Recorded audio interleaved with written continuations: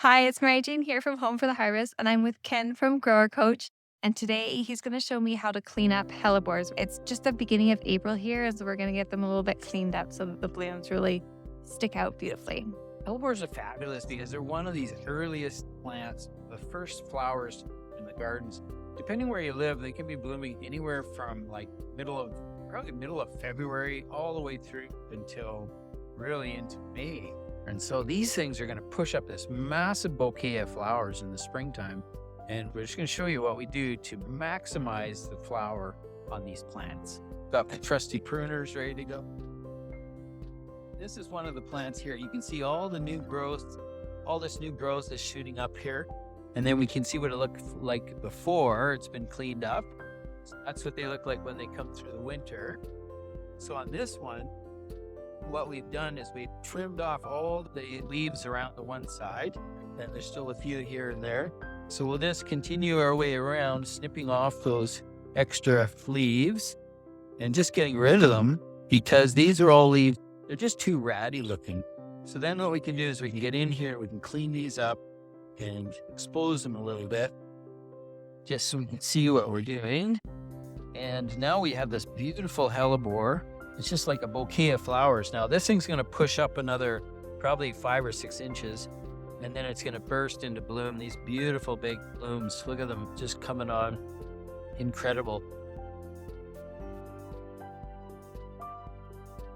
So hellebores are great because they're shade loving. They are also deer resistant, and they're good with just a medium water. They don't have to be heavily watered, so they're kind of moderately drought tolerant. But realistically, any shade plants would kind of like to have those conditions where it's a little bit, let's say, cooler, moist.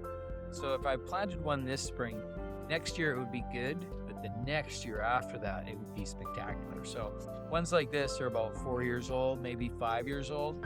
So they're really coming into their prime and looking awesome. Whenever I go to clean out my hellebores, there's always all these leaves everywhere.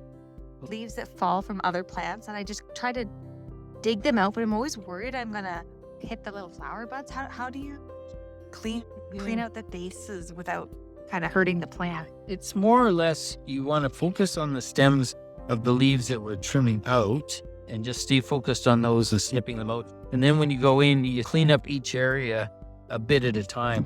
So we'll focus on a small area, and then we're going to switch over to another small area here.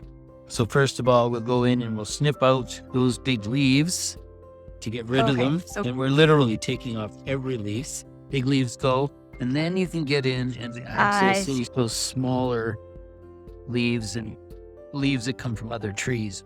Because it's so hard to pick out the leaves when the stems are in there too. Absolutely, yeah. So it's the beauty of this particular job is that you get that opportunity to get inside, really get them cleaned up, and they can really show off in the springtime.